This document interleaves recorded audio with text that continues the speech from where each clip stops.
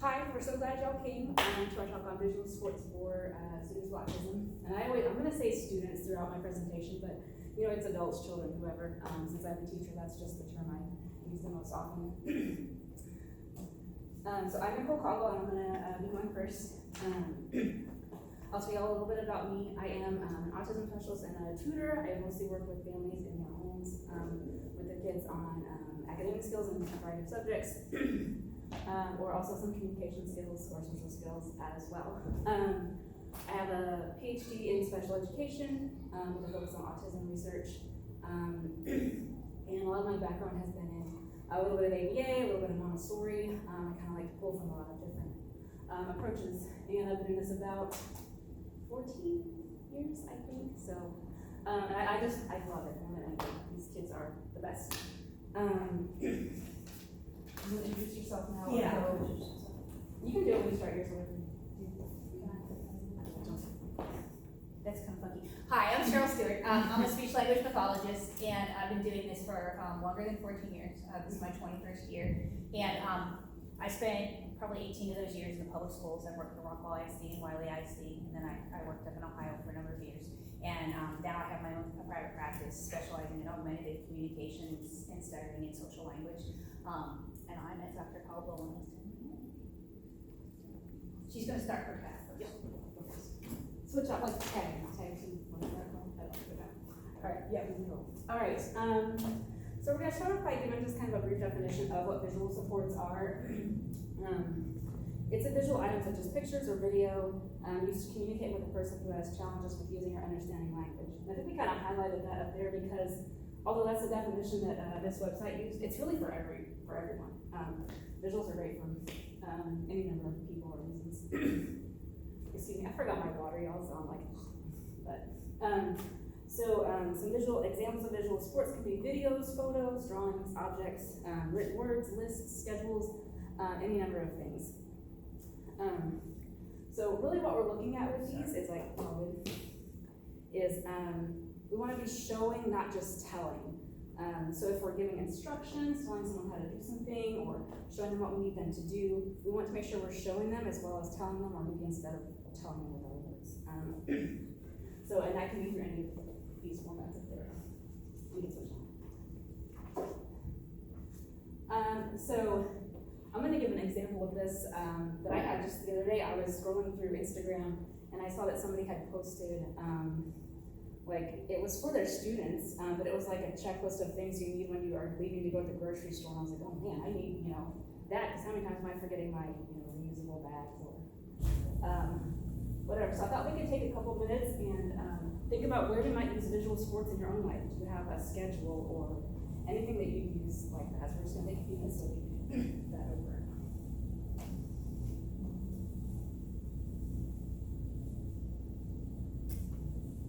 And then we can share it. Go on. No, that's not like a picture though.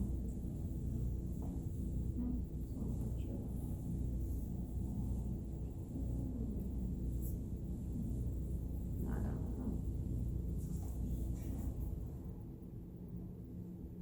So do y'all have any thoughts? Well, do words count, is what she Yes, was they saying, do. as like a grocery list. I'm like, well, that's not a visual, that's not, to me, It it's is. a picture, but. Even like a calendar, like looking to what's coming up next in your week or. So yeah, for me, like my visual supports are all on my phone, my to-do list. I do actually have a paper grocery list, my calendar, anything like that. We consider all of those things visual supports. Okay. I'm very much a paper person. I like to write it on paper. I don't know if I'm not Same. tech savvy or what have you, but Me I'm too. all about paper. Did everybody get to share that wanted to share? Awesome. Okay, so now that we've kind of gone over what they are and how we can use them, now everybody can really use them. I'm just going to kind of give a little outline of my section of the talk tonight. And then Cheryl's going to talk about some,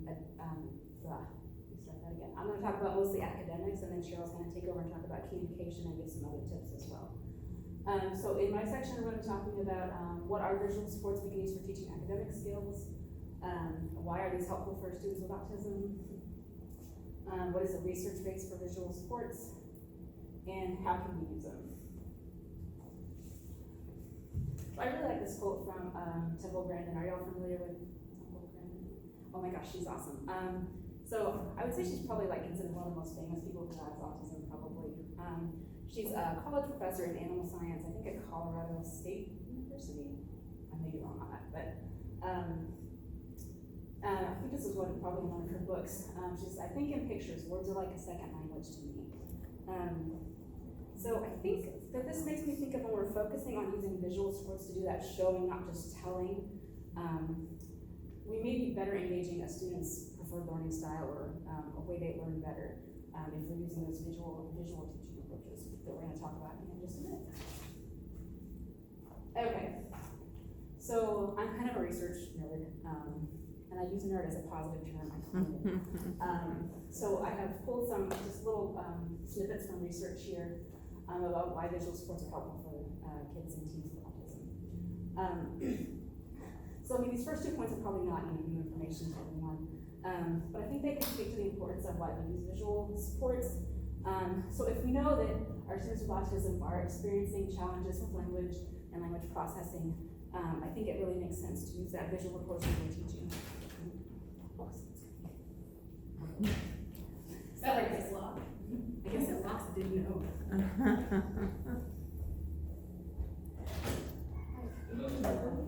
No? Awesome. Oh, money. Just started a minute ago.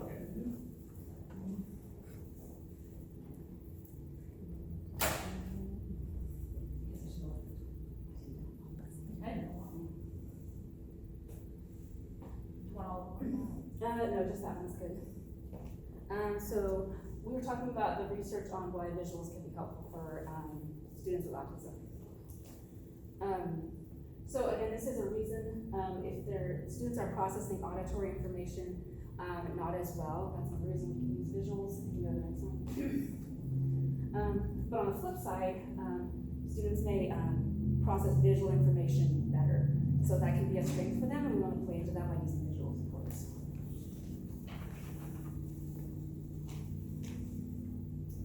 Okay, so, and again, in what I do, we always want to make sure anything we're doing is what's called evidence-based or research-based, which means it has some support behind the strategy, so we know that what we're doing is going to be effective. So visual supports meet the criteria to be an evidence-based practice, or EBP, for early childhood, elementary, and middle school students.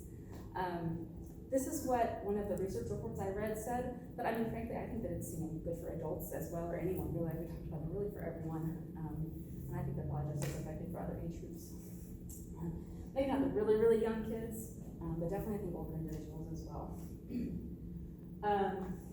So a lot of the research that you look at in this topic focuses on like a specific type of visual support. Like this first example here, activity schedules. There's a lot of research to support that, as you can see in that one. Like a lot of these were about schedule. So yeah, a schedule is pretty much the same as an activity schedule. And then modeling and video modeling, we're gonna talk a little bit more about those, but that's more or less demonstrating, showing what you want someone to do, either in person or on the video. We're gonna talk about those a little bit later on too. But when you look at the research, you'll often see it about something specific, like just about video modeling or just about schedules. But when you look at those studies individually and then kind of all together, it really shows that it's an effective approach. All right, now I'm on to my examples. This is my favorite part. So I'm just gonna go through a bunch of different types of visuals that I use for my students, and I have some examples that we can look at too. But this is picture schedules, or activity schedules is another word people use for this a lot. So if you're just having a sequence of pictures that depict the steps of a task you want someone to do, or the steps to like, I think this one is like, add morning, afternoon, evening routine. So it shows someone a sequence of events that you want them to do. It can be like these different things that they would do at home to get ready for bed, or it could be if they're at school, how to do a project. There might be step-by-step pictures.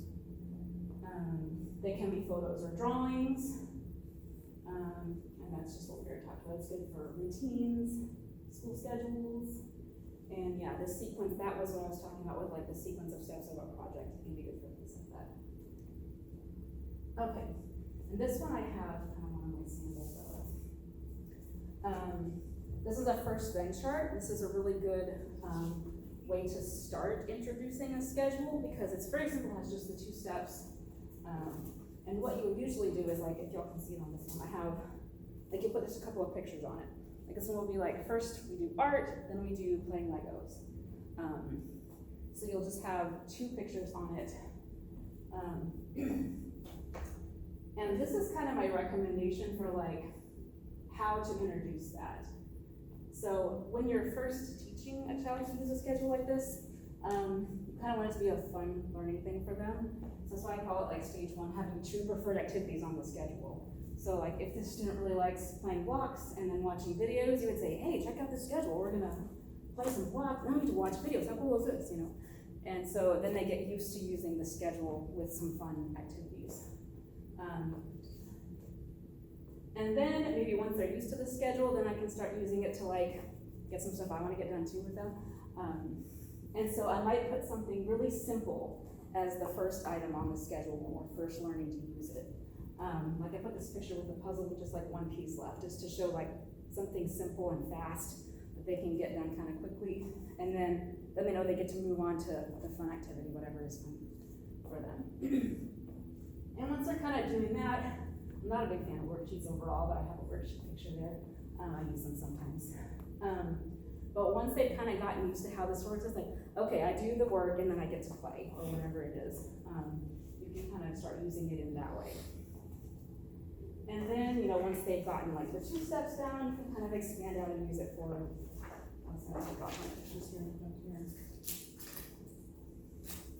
you can kind of just make like a 3-step schedule. You know, or, and there's any number of different ways you can do this. A lot of people laminate and use Velcro. I just made print of these real quick for today, but that's a good way to make them durable. I just use file folder. Yeah. I've never done that. Can you believe it? I've never used a folder for that. I think a lot of people do. All right, next. And feel free to ask questions at any time if you want to get questions about any of these. I'm just going to kind of go through all my examples. Written schedules is a pretty similar thing, except for you're just writing the words instead of having pictures. If you have a kid who's a really strong reader, this can be really good for them. This was an example, and I kind of recreated it. One of my younger students that I work with, we just write out what we're gonna do. So I'm like, okay, first we're gonna do a word sort. I'm gonna check it when we're done. My kids always really like to check it off when we're done. I guess that feels good, everyone, to check off your items on your to-do list. So I will usually like, okay, we're gonna do a word sort, then we're gonna practice writing, and then he gets to pick something. So like this day, this was the real one, I recreated this one, but then he wanted to draw Yoda and C-3PO on my computer. And so we did that, and then I like draw a line. You don't have to do that, but I just draw a line and say, okay, now we're gonna do something else, and so I pick something, then he picks something. And I try to like vary it up. I know I have like 2 things that he picks, 2 things that he picks, but I try to vary it up and like maybe I'll pick 3 things, then he picks 1, I'll pick 1 thing, he picks 1, just to keep it, I don't want him to get like stuck on the routine of like, okay, 2 things and then I pick, you know, because it might have to be different someday. But he works really well with this. You know, we had really gotten into the routine of using this schedule, and I thought, one day I was like, okay, we probably don't need it, we can just, you know, chill and just, you know, we'll just do stuff. But it really, I noticed that day we didn't use it, it really made a difference in his engagement, and keeping him on track. So I went right back to using it. I was like, we're never stopping using this again. I'm just kidding with it. But yeah, it worked really well for one of my students. These are some more examples of written schedules that I got from some other teachers. I really like ones like this sometimes where if you don't check it off, you can kind of just like move it from still working on it to all done. With Velcro, that's a cool way to do it. You can just have a simple list of the items. And I have a couple more examples. What I do is the file folder is I'll put the pictures on the front of the file folder, and on the back I have strips of Velcro, and we just put it on the back folder. Velcro is your friend. Velcro is my friend. Amazon. I have a couple more of those. You can just get them on my website. They're free printable, so they're just like making your own schedules. All right, next example. So we're providing picture instructions for an activity you're doing. My example is picture recipes. So like we have, this is not an awesome picture, but I have the actual item here. It's like these little recipe cards, and each step is like really well illustrated with like different pictures, and it shows you like the pictures of all the ingredients, and then like a little picture that shows each step. So it's like a drawing or a photo of each step can be helpful if students need that support. This is for my kid. It's like a little monthly cooking club he does. Show one more. This one is also a free thing I have on my website to download. But like I made this for one of my older students who like when we were when he would use a flash drive for something on his computer, he would always just want to pull it out and not do the little process of what is it called when you pull it? When you take out a flash drive, like you have to like eject it or something like that. Yeah. And so he always just want to pull it out without going through that process. So I made him a little just a picture and a written step that shows each step in that process of how to do it on his particular computer. And this worked really well for him. All right, okay. So I'll talk a little bit about this one. When I'm making a project with some of my students, sometimes if I am, if they need to like do some steps in a process, this is like supposed to be like a little robot. I couldn't get the whole picture on there, but so instead of telling him, hey, can you do this and this? I just wrote it down and put the card in front of him, and then I walked away to do something with another kid, and I came back and he had followed the directions exactly, just from writing it down instead of saying it out loud. That was really helpful for him, just to have it just written. Okay. Video modeling. So I actually did my dissertation research on video modeling, so I had to read an awful lot about it. Not an awful lot, that makes it sound like it's terrible, but it's a strategy I was really using a lot at the time. And basically what we're doing is we are making a video of something we want a child to either do, like in terms of behavior, or something we want them to learn how to do. We just make a video of it and we can show it to them. So, I mean, this is an example that, I think a lot of people learn this well this way. That's why there's so many tutorials on YouTube and stuff, video tutorials. And there are lots of different types of video modeling and different things that you want to know if you're putting it in your video. I'll tell an example from one of my students. I was working at a school, and a student would have a really hard time with transitioning the hall from one classroom to another. Had some tantrum behavior that would occur in those situations. And this student really liked to be praised and have it be really exciting. And this student also would like to see himself on video. So what I did was one day just on my phone, I took a little video of him walking down the hall. This was a time that he walked down the hall with really good behavior. And I was like, look at you walking down the hall, this is so awesome, look at it. This is on the video, so that's recorded on the video, all the praise and all the excitement. And so then what we would do with that video was we would, right before it was time to walk down the hall, we would show the video to that student to say, hey, we're about to do this, it's gonna be awesome, we're gonna do great, and he would see himself walking down the hall and getting all the praise. And so that, I'm not gonna say that there was never behavior again, but it did reduce after that, so we kept using that strategy, and he loved it. It was so fun. I have about a 20-minute video that I did specifically talking about how to use video modeling in more detail, and it's here at this link, and we can send you this presentation if you want to get all these links when we're finished, but there'll be more about that. If you're interested in that topic, there's a longer video you can look up on that link. How are you on time? Okay, cool. I think I just have a couple more things. So this one, it probably has a better name, but I just call it activities with direct matching. I used to make a lot of these folder games. These are 14 years old probably, but when I'm making an activity for my kids like this, that's an activity they can do kind of more independently. I like to have it be direct matching, one-on-one correspondence. So if this is a multiplication game, it's I'm not going to take them all off of here, but each one goes on one specific place, and then when all of them are used up, you're done. So it's like, it's very visually clear, you know, when this activity is complete because you've used up all the pieces and each one goes directly on one spot. So I like to make a lot of these like activities for like independent work time. And they know that they're done when they've stuck all of them on and there's no more pieces. It's just really very visually clear when to start, when to stop, what you're supposed to do. My kids do really well with these. I want to have more examples of them up here if you want to come look at them when we're done. I have a few of my ones I made forever. Okay. This one, if you're interested in this, I'm probably going to refer you to do an online search because you'll find a ton of great pictures of ways that people have set these up.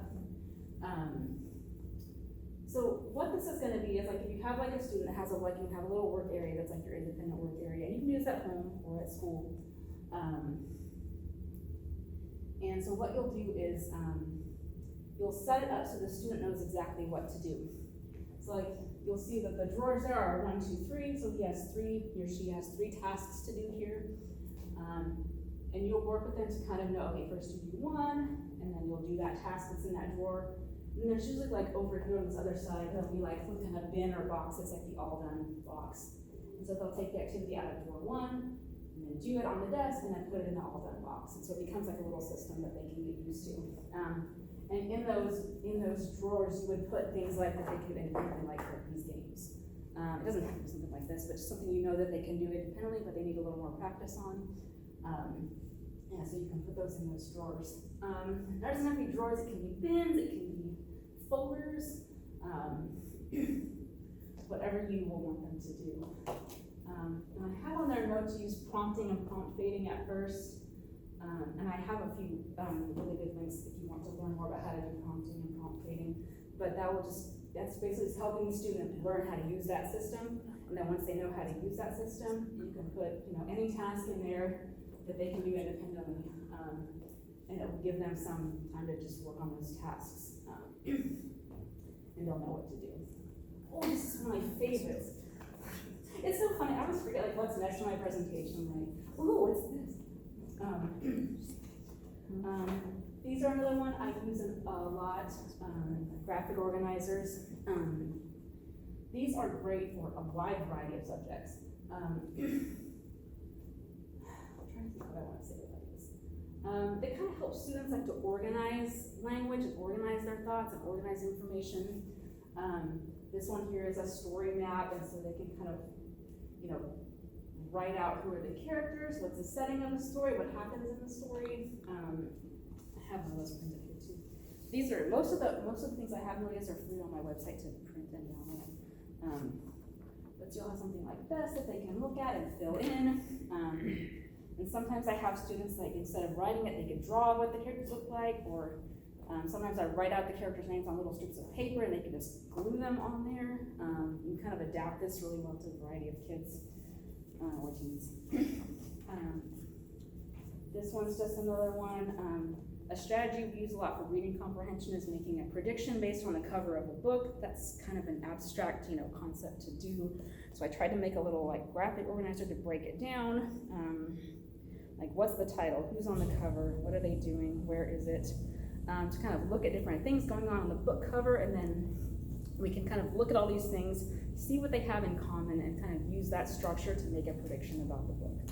So it's kind of just breaking it down into steps and letting them write it or draw it out, and kind of just to organize your thoughts on that topic. Just one at the door, I'm gonna go. All right, and I have a ton of examples of those on my website that are on those links as well. Let me see if this is my last one.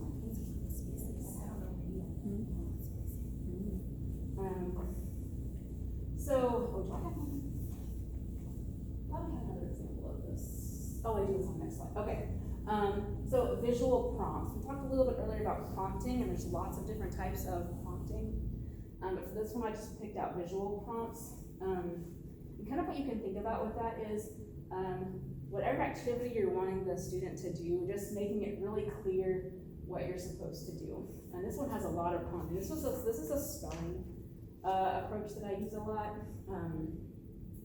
And you'll see it's going to give a non-verbal cue that shows the student what to do, or even sometimes what the answer is. I mean, you can see on my spelling pages, you know, it tells you how to spell the word right here at the top. And then they just kind of start filling in, and they're only filling in one letter at first, and then eventually they're spelling the whole word by themselves. And I think one reason my students, again, I'm not saying I'm not a worksheet down here, I'm not having all these worksheets, but what I like about this is the students get it done really quickly, because it's really easy at first, like, oh, I can do this, it's just one letter, you know, and then by the time they're down here, they've got it, you know. So it's like very not difficult at first to kind of get them on a roll. This has been really successful for a lot of my students with spelling. I based it off of some work from B.F. Skinner that I read during my master's degree. The book is called The Technology of Teaching. It's quite an interesting book.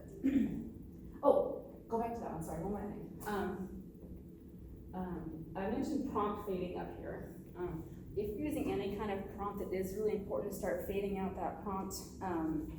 If it's something like this that you want the student to be able to do, well, we don't always want the student to have the word spelled for them at the top. We want them to be doing it by themselves. So like you'll see the prompt fading is that they're doing more and more of it by themselves as they go along. And I have some really good links about prompt fading. If you want to learn more about that, I can give those to you. Let's see. Okay. This is still in that same category. I just didn't print this one. I use visual prompts a lot for showing a student what to say in a particular situation. So this student, I'll tell you about this. Everybody read that card? Now it's kind of dark. So one of my students is really good at 3D modeling, and so this is a 3D modeling software program he uses. You can see it at the top there. And what I was wanting him to do was, if he's having trouble with something in the program, sometimes he'll just sit there and stare at it, or he'll be like, oh no, you know, but he won't tell me like what happened. And so I kind of made him this little visual prompt.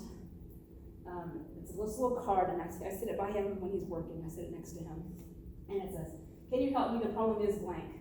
Let me show you." And so then he will, you know, look at that. And if I see that he's stuck, I'll kind of point to the card, and then he'll kind of, you know, he'll say it, and then he'll fill in. Usually, at least he'll say something about what happened, so I can kind of know what was going on with the program and can help fix it. So that's just a situation where you would like write out what you want a student to say maybe in the situation. That's fun. Oh, here's my little visual support. Last slide. So that's the end of mine. Thank y'all so much. I'm very nervous public speaking, so I apologize if I was a little shaky at first. But thank y'all so much. Thank you. And now on to Cheryl. I'll do your slides for you to see. Okay, I'm a slide reader, I apologize for that. Okay, so visuals, you want them to be simple, uncluttered, straightforward, easily recognized, so that if someone who didn't know your child saw the visual, they would kind of understand what it means. Same thing, easily understood, universally understood. That's one of the reasons why sometimes people think sign language can be something that's helpful as a visual support. And there's a couple of reasons why sign language is not helpful as a visual support. One is that it's not universally understood. The other one will come to you more in a minute, but it's here and then it's gone, it's transient. And so, but mostly we want to keep it simple. And so if you're using real life photographs, I recommend that you kind of cut away from the photograph anything that's not the actual object or activity that you're trying to focus on. And you can either do that with scissors if it's a real picture, or in this day and age, you can kind of do it with your snipping tools. Oh my, that's kind of okay, so you can use visuals with students on the autism spectrum. They're also good with students who have attention deficit hyperactive disorder, and students with Down syndrome, and any kind of disability that's going to affect their ability to learn, their ability to use to express themselves, and their ability to understand language. And you can, a lot of times people think that you're using visuals more with students who don't speak, but you're actually, like, most of her examples are with students that are verbal. I think all of your examples are with students that are verbal. I think all those things were, yeah. So you're using visuals with both students that are verbal and students that are nonverbal. And what she said before about trying to fade that list from her student in that session went a little wily.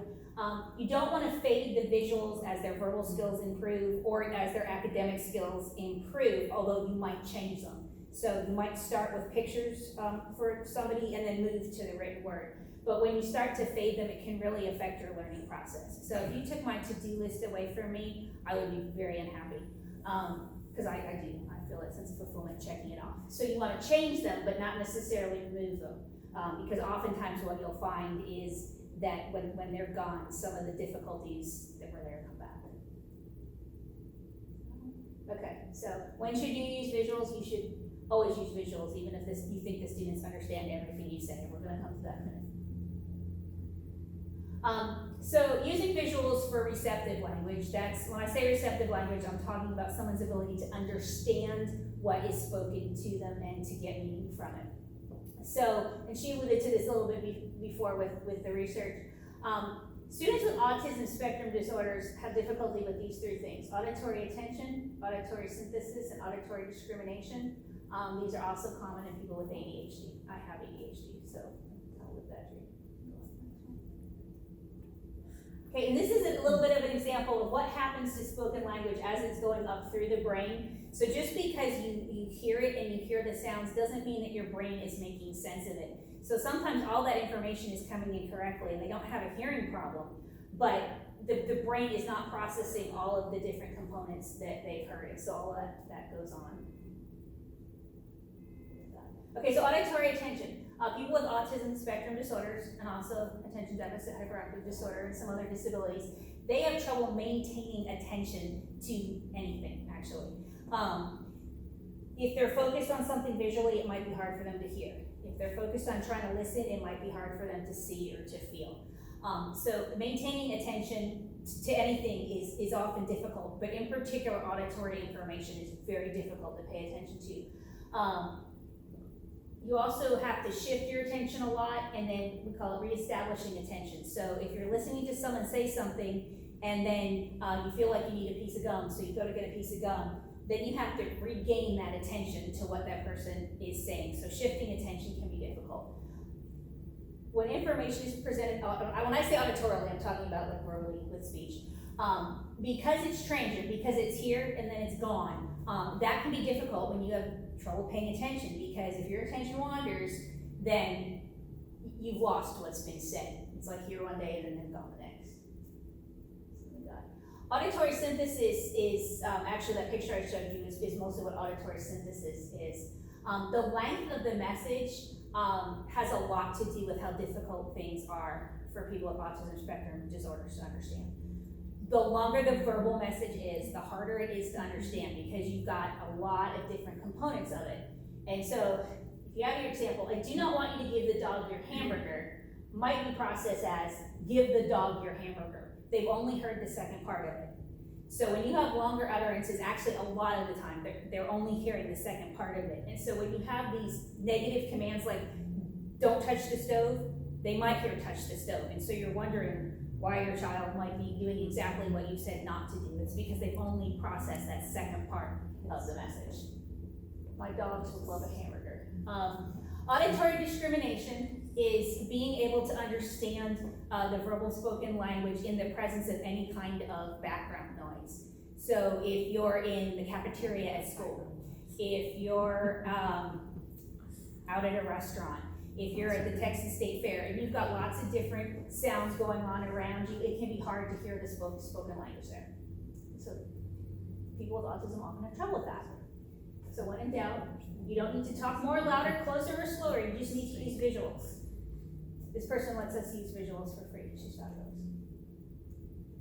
Okay, so that was receptive language and understanding.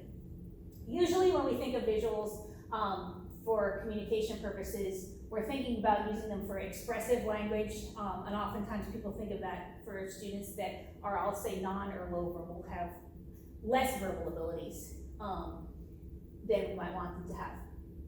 So again, you can use them both for kids that are verbal and for kids that are nonverbal, and you kind of use them differently. Visuals are also reminders to a person about the word they want to use. And so people with autism spectrum disorders often have trouble finding the right word. They literally will have a picture of it in their head, but they don't know what the word is that matches it. And so when they have visuals in their environment, it helps prompt them what that verbal word is to use, especially in a stressful situation, an unfamiliar situation. Social situations, because they're difficult, sometimes just the stress is overwhelming, and having those visuals to look at can help them remember what they want to say. So let's see, this is the same thing as cues.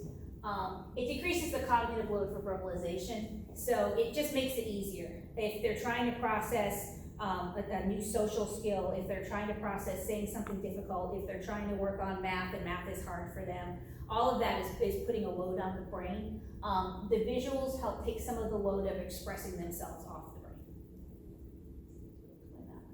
Okay, so there are two types of visuals that we use for expressive language or communicating. I'm going to call them low tech or no tech and high tech. They're called different things in the field. I'm just going to use these terms here. Low tech and no tech means it doesn't speak, and high tech means it does speak. It's got a recorded kind of voice.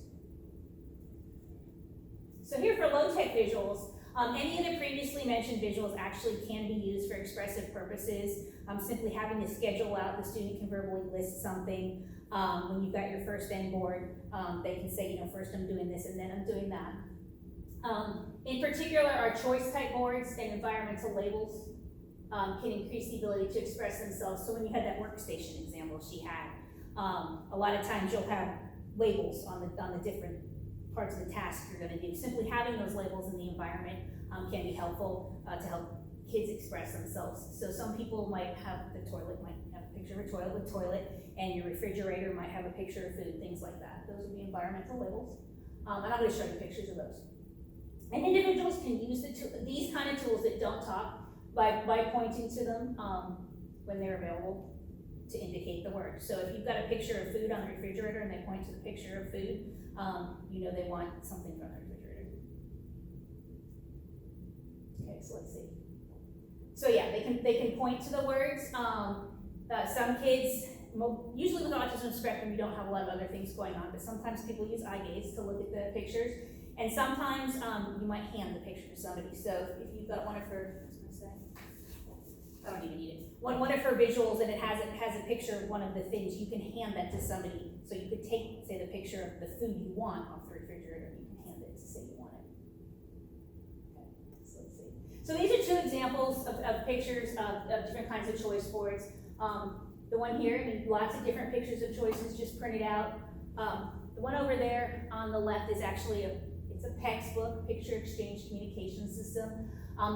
That's a formal system, a formal way of making choices. It is not the only kind of choice board, but it is an option that we do sometimes use with students.